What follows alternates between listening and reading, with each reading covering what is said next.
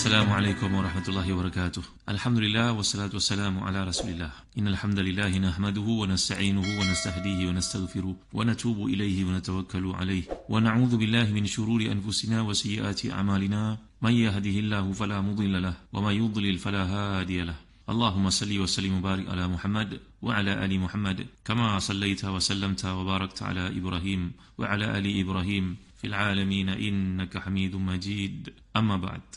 Pendengar yang dirahmati dan dikasihi sekalian, kita masih lagi bincangkan tentang surah Al-Ankabut pada ayat yang ke-6 dan ke-7. Surah ni merupakan namanya surah Al-Ankabut, laba-laba. Ini satu binatang kecil. Tapi kalau kita perhatikan dalam mikroskop sebagai contohnya, ni satu haiwan yang memiliki 4 ataupun 8, ada yang 6 mata. Maka keajaiban makhluk yang namanya Ankabut ini, dia boleh melihat ke seluruh kelilingnya 360 darjah, termasuk di bawah punggungnya sendiri. Allah hebatnya makhluk ini. Allah menamakannya sebagai Al-Ankabut, dan kita tahu penyebutan nama-nama surah Al-Quran pun seperti disebut oleh para ulama, contohnya dalam Al-Burhan, Al-Itqan, oleh Imam Suyuti. Penyenamaan Al-Quran ini pun merupakan satu benda bersifat tauqifi, datang daripada Nabi SAW, disebut oleh Jibril AS.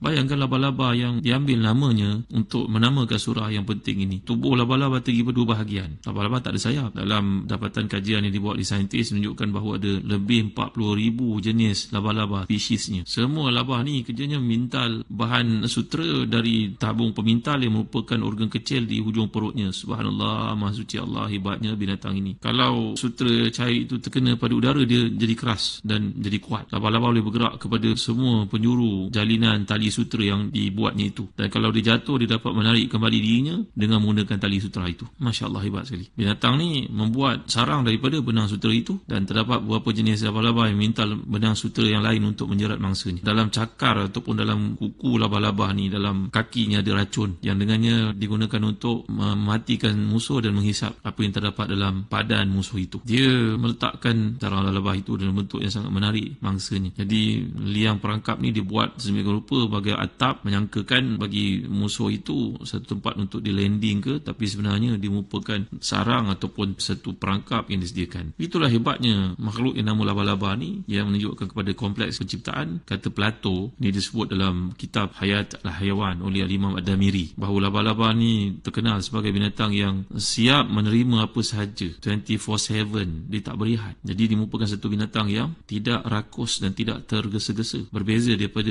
lalat yang bersifat rakus. Ni kata Plato lah, disebut oleh Imam Ad-Damiri dalam kitabnya Hayat al-Hayawan. Maha suci Allah Ta'ala yang menjadikan haiwan ini sampai disebut nama surah, supaya kita memahami inilah kehidupan yang bersifat realistik yang kita kena lalui dengan ujian-ujiannya. Nanti saya akan terang kepada tuan-tuan sekali lagi kenapa Allah Ta'ala menyebut dalam ayat yang ke-41 daripada surah ini, bila Allah menyatakan a'udzubillahi minasyaitanirrajim, mathal ladzina ittakhazu min dunillahi awliya'a kamathalil ankabuti ittakhazat baita wa inna awhanal buyuti labaitul ankabut law kanu ya'lamun. Perumpamaan orang menjadikan pelindung-pelindung selain daripada Allah itu seperti laba-laba yang membuat rumah, padahal sungguhnya serapuh-rapuh rumah adalah rumah laba-laba kalau mereka mengetahui. Jadi kenapa Allah menyatakan demikian? Telah saya sebut di awal dahulu, satu renungan untuk kita bagaimana laba-laba ni merupakan satu makhluk yang zalim sebenarnya, iaitu laba-laba akan bunuh pasangannya. Di waktu ini kita akan ceritakan lebih lanjut. Jadi dalam kuliah lalu saya terang kepada tuan-tuan tentang prinsip dan juga kewajipan umat Islam ni supaya mempunyai kualiti diri yang namanya mujahadatun nafs. Dan kita telah bawakan pandangan Syed Qutb sebagai contohnya, kita bawakan pandangan Imam Al-Biqai, Imam Tahir Ibn Ashur, bagaimana kaitannya kehidupan seseorang itu sehingga mendapat kedudukan di sisi Allah bila ada sikap yang namanya mujahadatun nafs. Anda mereka meninggalkan mujahadatun nafs, innallaha la ghaniyyun 'anil alamin. Mereka meninggalkan sifat ini ataupun aktiviti seperti ini dan juga usaha untuk memperbaiki diri seperti ini, mujahadatun nafs itu, Allah tidak rugi sedikit pun. Mereka yang rugi sebenarnya. Lantas datang ayat yang ke-7, a'udzubillahi minasyaitanirrajim, walladzina amanu wa 'amilus salihati lanukaffiranna 'anhum sayyi'atihim wa lanajziyannahum ahsanal ladzi kanu ya'malun. Lihat pada muka 195 tafsir Ibn Katsir jilid yang ke-7, dan orang-orang yang beriman dan beramal saleh, benar-benar kami hapuskan dari mereka dosa-dosa mereka, dan benar-benar akan kami beri mereka balasan yang lebih baik daripada apa yang mereka lakukan. Inilah prinsip kehidupan para salafus saleh yang akan mempertahankan prinsip kebenaran kerana meyakini bagaimana pentingnya penghapusan dosa di sisi Allah SWT. Saya dibawa kisah daripada kitab Bidayah wa Nihayah yang menceritakan tentang pengorbanan para ulama dahulu kala, contohnya macam Ahmad bin Nasir Khuzai dalam isu fitnah yang berlaku pada umat Islam ketika itu, iaitu raja telah pun terpesona dengan pandangan Mu'tazilah dalam kaitan hubungan Quran itu merupakan kalamullah ataupun qadim atau makhluk. Hingga Ja'far bin Muhammad As-Saghiq mengatakan, sungguhnya aku melihat ketika Ahmad bin Nasr dihukum pancung, kepalanya jatuh ke tanah. Dalam keadaan putus kepalanya ke tanah itu, dia masih lagi mengucapkan la ilaha illallah. Ini karamah Ahmad bin Nasr Al-Khuzai. Dia tak terkenal sebagaimana terkenalnya Imam Ahmad rahmatullahi alaihim ajma'in. Allah merahmati kesemua mereka. Ni Imam Ahmad ketika mendapat tahu kematian Ahmad bin Nasr Al-Khuzai ini, beliau mengatakan Allahu Akbar. Ini merupakan seorang ulama yang telah pun mempertahankan Islam dengan jiwa raganya. Semoga Allah merahmatinya. Ini merupakan salah satu daripada karamah Imam Ahmad bin Nasr dalam konteks ketika dipancung itu. Imam Ahmad sendiri mengalami cubaan yang sama dalam kes khalqul Quran. Dia dibawa bersama dengan Muhammad bin Nuh, seorang pemuda yang meskipun bukan orang alim tapi dia mampu bersabar bersama Imam Ahmad. Ketika dibawa pada Khalifah Ma'mun, rupanya Allah mengkehendaki Muhammad bin Nuh ni jatuh sakit yang amat sangat. Dia berkata pada Imam Ahmad, wahai Imam, Tuan adalah seorang imam, orang yang terpercaya di kalangan umat Islam. Saya akan mati, tak ada siapa yang mempeduli saya. Namun saya tak bersabar. Namun imam adalah pemimpin. Imam jangan bengkok ya. Imam jangan pasrah pada mereka. Tuan Imam kekal. Di pesan Muhammad bin Nuh ni, pemuda yang begitu tegar dalam keimanan, mempertahankan dirinya, mempertahankan akidahnya. Walaupun dia bukanlah orang terkenal, tapi dia pula tolong pesan pada Imam Ahmad yang bersama-sama dengannya ketika dihukum itu, supaya mempertahankan prinsip. Ni Muhammad bin Nuh ni Allah takdirkan dia mati dalam perjalanan. Akhirnya hanya Imam Ahmad sendirianlah yang dibawa dalam keadaan terikat. Sebelum menghadap pada khalifah, ada sebahagian orang menemuinya. Dipujuknya Imam Ahmad, memaksa Imam Ahmad supaya menggunakan ucapan taqiyah. Taqiyah ni makna menggunakan satu ayat berlapik yang dengannya akan dibebaskan. Tapi Imam Ahmad ni punya teguhnya iman mengatakan, idza sakatal alimu taqiyatan wal jahilu yajhalu famata yatabayyanul haqq. Kalau semua orang alim bersifat taqiyah macam ni, cakap berlapik-lapik dan tak bercakap yang benar, orang awam jahil yang tidak tahu pada apa yang dimaksudkan, maka bilalah kebenaran akan ditegakkan ya. Allahu Akbar. Jadi Imam Ahmad tidak menggunakan taqiyah, tak ada tauriyah. Tauriyah ni makna bahasa-bahasa bersifat kiasan. Untuk melepaskan dirinya, Imam Ahmad kekal dengan prinsipnya mengatakan Al-Quran kalamullah.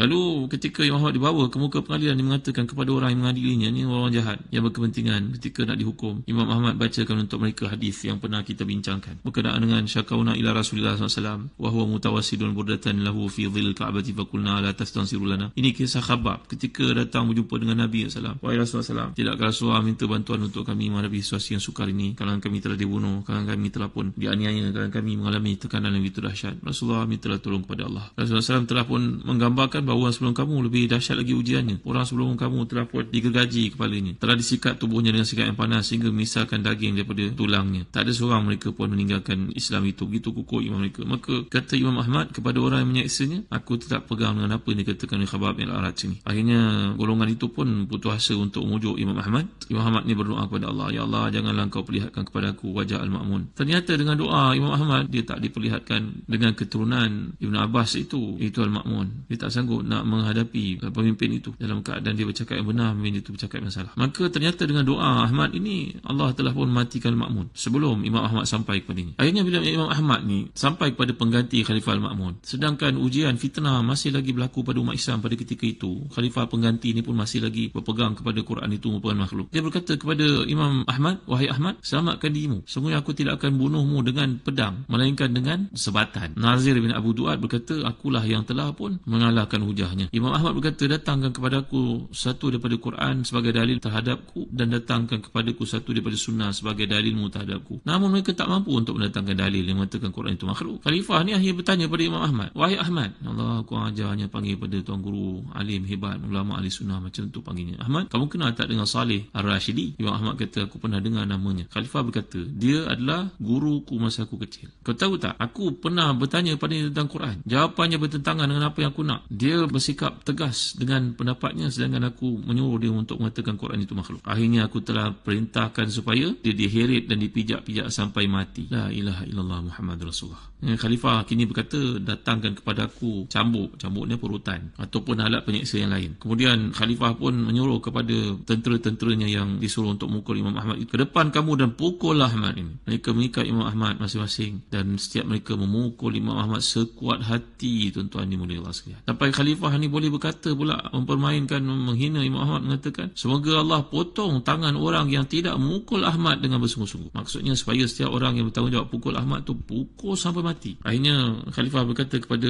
Imam Ahmad bin Hanbal, mengapa kau biarkan dirimu terbunuh? Padahal sungguhnya aku kesian padamu. Ni tentera yang aku letak dekat kamu ni, semuanya kesian pada kamu. wajahmu. Celaka engkau ni wahai Ahmad, kenapa engkau tidak menjawab kata-kata? Jawablah satu yang dengan jawapan itu aku akan bebaskan kau dari penderitaan ini. Imam Ahmad ni punya baiknya, hatinya lurusnya tuan-tuan, yakinnya dia bahawa yang disediakan di sisi Allah itu yang paling utama. Dia boleh jawab dengan penuh kesopanan dia, wahai Amirul Mukminin. Masih lagi panggil Khalifah Islam dengan Amirul Mukminin. Kadang kejamnya, zalimnya kepada beliau tetap memanggil dengan gelaran yang mulia itu, Amirul Mukminin. Bawakan kepadaku satu bukti daripada kitabullah ataupun sunnah Rasulullah untuk memperkuatkan hujahmu. Tapi yang datang ialah tenteranya memukul berterusan hingga Imam Ahmad ni pengsan. Dan ketika sedar beliau melihat masih lagi terikat tangannya, maka seorang lelaki berkata kepada Ahmad bin Hanbal ini, kami telah pun melongkopkan mukamu dan meletakkan tikar atas tubuhmu supaya mereka pijak-pijak kamu tak terasa sangat. Imam Ahmad kata, aku tidak merasakan apa-apa. Maka ketika mereka melihat Imam Ahmad dalam keadaan yang sedemikian punya parah dipukul itu, la ilaha illallah sampai hilang derianya, maka hilang segala sarafnya. Tuan-tuan dimuliakan sekalian, sekarang mereka bawa makanan pula untuk bagi dimakan. Kesian pula tu. Imam Ahmad mengatakan, terima kasih, aku tidak memerlukan makanan kerana aku masih lagi berpuasa. Allahu Akbar, masya-Allah. Kemudian mereka bawa Imam Ahmad ini dengan bajunya berlumuran darah, lalu Imam Ahmad mengerjakan salat. Dan seorang daripada mereka bertanya, apakah kamu salat pada tubuhmu penuh dengan darah? Jawapan Imam Ahmad,